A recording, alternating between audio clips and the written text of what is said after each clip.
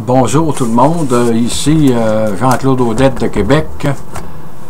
Encore une fois, je vais faire une petite capsule vidéo sur la physique quantique, la partie 6, qui va traiter de Erwin Schrödinger, qui était né en 1887 et mort décédé en 1961, donc il avait 74 ans. D'abord, je voudrais faire un petit retour en arrière là, pour parler un peu de Louis de Broglie, qui avait associé une onde de matière là, à la course de l'électron. Et on voit ici, vous avez l'atome de bord, qui était un cercle là, au début, mais qui est devenu elliptique avec Sommerfeld. Là. Les électrons ne se promènent pas d'un cercle, mais il y a différentes façons dont ils se promènent autour du noyau. Et Louis de Broglie avait associé l'électron à une onde de matière. On voit ici, c'est onduleux, là. Ça, c'était l'onde de matière de Louis de Broglie. Et quant à Heisenberg, lui, c'était un petit peu différent. Heisenberg, lui, il avait associé l'électron aux oscillateurs de Max Planck quand il avait expliqué le corps noir. Max Planck considérait que les électrons étaient des genres d'oscillateurs et émettaient des rayons électromagnétiques là, sous forme de lumière. Heisenberg a retourné à ce principe-là pour élaborer son calcul matriciel. Et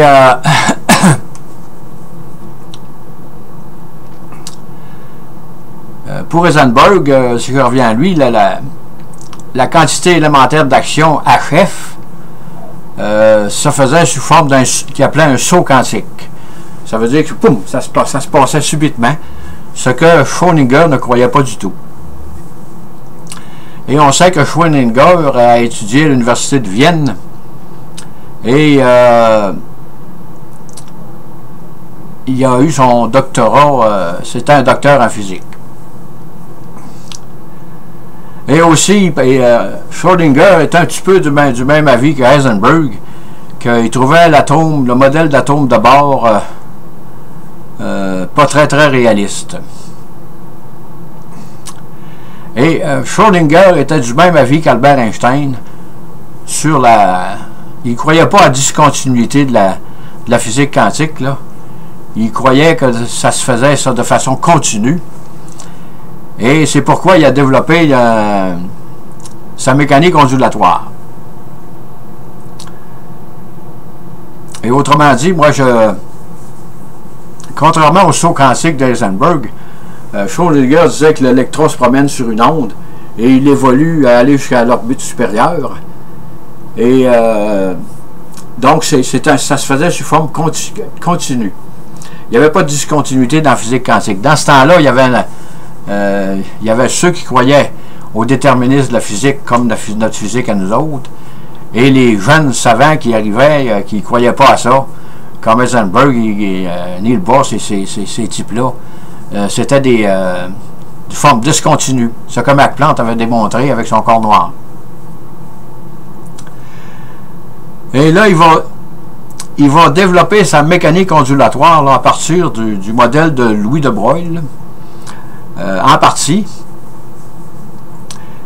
Et avec cette formule mathématique d'onde ondulatoire, de mécanique des ondes, là, il espère qu'il va réussir à prouver qu'il y a du déterminisme dans la physique quantique. Et comme on le sait, je voudrais faire une petite analogie, là, que ça c'est très abstrait, là. De Broglie nous disait que quand j'ai mis le petit schéma ici, là, quand la longueur d'onde augmente, l'impulsion du photon augmente. Et j'ai vu une annonce à la télévision cette semaine, on nommera pas la compagnie de camions qui fait cette publicité-là, là, en disant que les freins sont plus gros que les autres. Vous voyez, le gars le tient dans ses mains, le frein à disque s'étire. C'était un peu ce que pensait Schrödinger avec ses ondes qui se propagaient aller jusqu'à l'orbite supérieure. Puis bon, d'après Schrödinger, ça marchait comme ça. Et là, Schrödinger a trouvé une équation comment a-t-il fait? On n'a jamais su. Il n'a jamais dit à personne comment est-ce qu'il avait fait pour trouver cette équation-là. Là, je n'en parle pas dans mon document après-midi parce que c'est tellement abstrait là, que... disons qu'il a trouvé une fonction d'onde qui déterminait les mêmes choses que Niels Bohr, Heisenberg, quant à savoir les 4 nombres quantiques et les raies du spectre électromagnétique.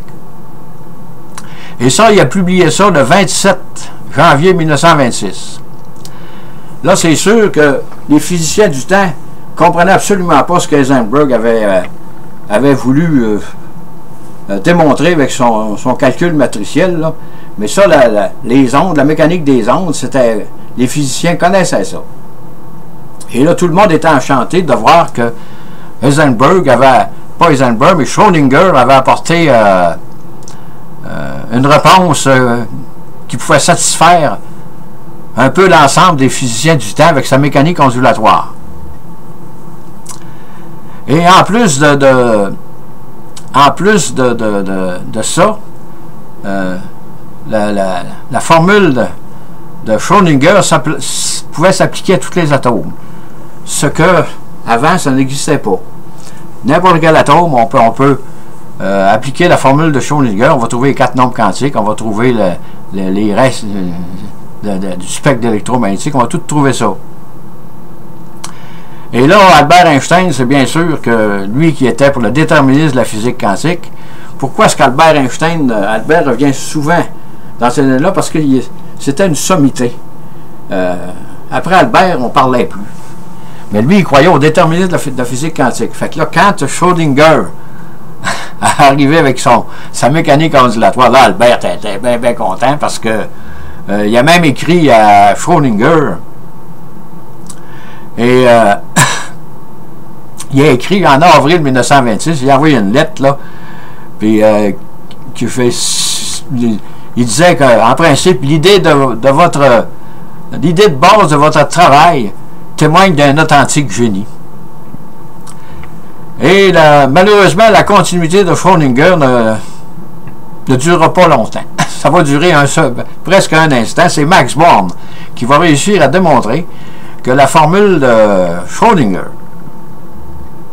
c'est une probabilité qu'on va trouver l'électron dans un certain espace autour du noyau.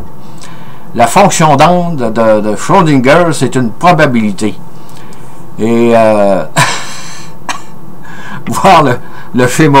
Si, là, il est trop loin, là, sur mon tableau, là, je le mets ici, je ne sais pas si vous le voyez, là, oui.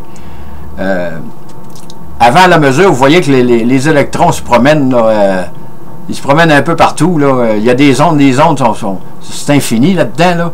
Et après la mesure, il y a comme un petit cube, là, puis là, on présume que l'électron est là. Et ça, la formule de Schrödinger le prouve qu'il est là, mais on ne peut pas le déterminer de façon exacte. Et en plus de ça, j'ai mis, si vous regardez l'orbite, les électrons, voyez-vous, par rapport au noyau, là, vous voyez que les probabilités augmentent comme ça. Ça, c'est jusqu'à l'orbite est stable, jusqu'à l'électron tourne régulièrement, mais il se promène d'un côté ou de l'autre aussi. Il se promène autour de cette orbite-là, mais généralement, il est là. Comprenez-vous? On peut dire qu'il est plus souvent là que là ou que là. Et la formule de Schrödinger, c'est une probabilité de trouver l'électron dans un petit secteur de l'espace donné. Là, évidemment que Schrödinger n'a jamais accepté ça, lui, que cette chose-là, là, ça soit pas, que son onde ne soit qu'un onde de probabilité, là, il n'a jamais accepté ça. Et là, on peut dire qu'Albert Einstein n'était pas trop content, là, parce qu'il avait subi une prise avec Heisenberg, puis là, ben, il y a une autre prise que Max Born y envoie avec la fonction d'onde de Schrödinger. Donc, on peut dire Albert contre Albert 2-0 quant au déterminisme de la physique quantique. La physique quantique, comme on le voit, c'est basé sur les probabilités, mais il y a beaucoup de choses qu'on ne sait pas encore là-dedans. Et Schrödinger, lui, il trouvait que ça n'avait aucun sens, ça, cette affaire-là, que son onde soit une onde de probabilité. Et pour démontrer ça, il a fait une expérience de pensée célèbre, là, que même à l'université, moi, j'ai un de mes petits-fils qui étudie en génie physique, là, puis je lui ai parlé un peu de ça, puis cette physique-là, quantique que je vous parle, là, ils sont rendus trop loin, là, ils font juste passer là-dessus, là, mais ils parlent du chat de Schrödinger. Et à l'université, la formule de Schrödinger pour déterminer la présence de l'électron est encore utilisée. Qu'est-ce qu'il a inventé, là? Il a inventé, parce que lui, il ne croyait pas à ça pantoute, là, l'histoire du chat de Schrödinger. Parce que Max Born disait que ça, on appelle ça la superposition quantique, ou la superposition d'états, là, que le chat peut être mort ou vivant, ou un peu des deux. C'est dur à croire, mais c'est comme ça que ça se passe en réalité. Fait que lui, pour débarrasser la physique quantique de cette histoire de superposition d'états-là, de superposition quantique, il avait imaginé le chat. Voyez-vous qu'il là, il est mort et vivant. Dans la boîte, mais là, il y a comme un marteau, puis au bout d'une heure, il casse la fiole, puis là, il y a quelque chose du poison là-dedans, puis le chat, si la fiole casse, le chat va être mort. Ça, c'est sûr qu'il va être mort, il va être empoisonné. Mais ça veut dire que aujourd'hui, on comprend mieux qu'est-ce qui se passe dans la superposition quantique. Vous pouvez être dans deux états différents en même temps. Je peux, l'analogie que j'avais donnée un petit peu avant, là, vous pouvez être sur les deux côtés du chemin, sur les deux trottoirs opposés. Vous pouvez être dans votre salon et assis sur votre terrasse. Ça, c'est la superposition quantique et ça existe réellement. Sauf que si vous essayez d'aller voir, aussitôt que vous essayez d'aller voir dans la boîte, il y a un état qui disparaît. Ça ne peut pas exister dans notre monde. Ça veut dire que quand on fait une intrusion dans le monde quantique pour les superpositions d'états, il y en a une qui disparaît. Mais la réalité est que les superpositions d'états existent réellement, et ça va emmener un peu plus tard là, les ordinateurs quantiques qu'on commence à parler. Là. En tout cas, ça va être des choses formidables, là, mais c'est pas rendu là encore. Et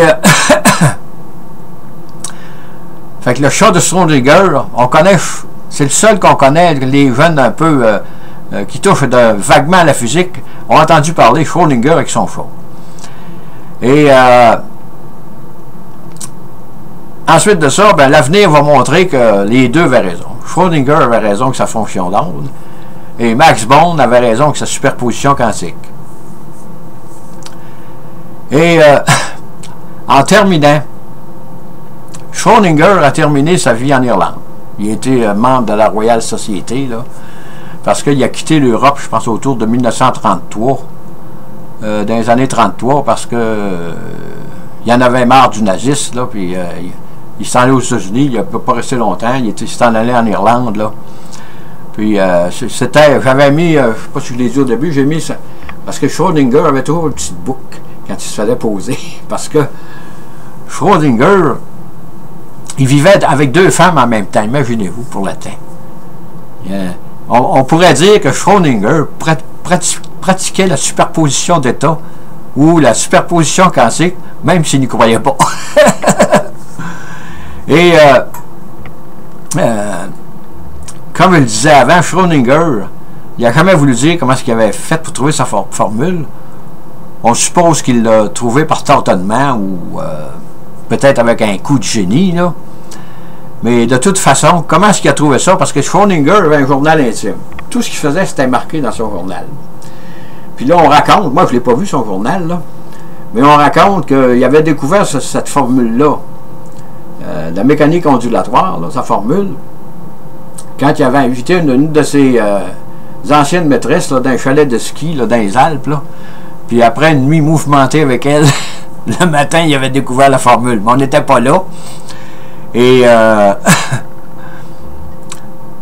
de toute façon, la formule de Schrödinger est encore utilisée aujourd'hui.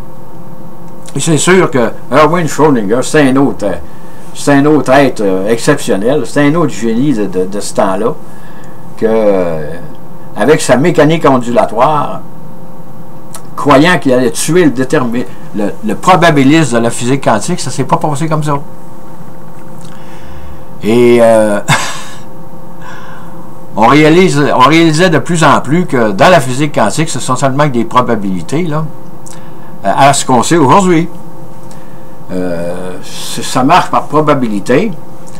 Et les mathématiques que les physiciens emploient pour calculer tout ce qui se passe dans l'atome, ça marche. Donc, est-ce qu'il y a quelque chose de plus profond que ça en dessous de ça? On ne le sait pas, là. C'est pareil comme le photon, imaginez-vous, mais c'est la quantité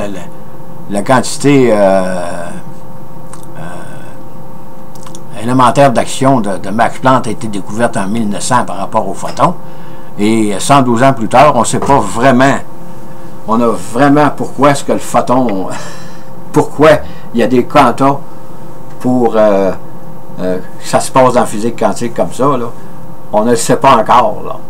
Sauf que quand, à force de cerner tous les problèmes de la physique quantique, les physiciens ont réussi à déterminer des calculs qui font qu'aujourd'hui, ben là, on a toutes sortes de choses qui nous sont arrivées grâce à la physique quantique. Sur ce, c'est sûr que là, c'est pas... c'est de plus en plus abstrait. Et ici, j'ai posé vous voyez ça des fois dans les revues, là, la physique scientifique, là. Ça, c'est l'atome de Schrödinger, le modèle de Schrödinger, Heisenberg et Dirac. Dirac, il va venir un petit peu après, là.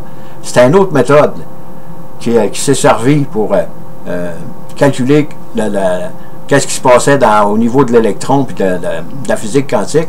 Mais c'est trois méthodes qui sont équivalentes. On arrive au même résultat. C'est comme si moi je partais, je ne sais pas, pour aller à Paris. Mettons que je prends l'avion, je traverse l'océan Atlantique, j'arrive à Paris. Mais si je veux faire un voyage plus long, je m'en vais vers le Pacifique, puis je prends l'avion, je m'en vais à Vancouver. De Vancouver, je m'en vais en Asie, puis je reviens à Paris. Les résultats sont les mêmes, mais le chemin est différent. Mais ce qui est resté aujourd'hui, c'est la mécanique ondulatoire de Schrödinger. Sur ça, je vous dis merci, bonne écoute et à la prochaine.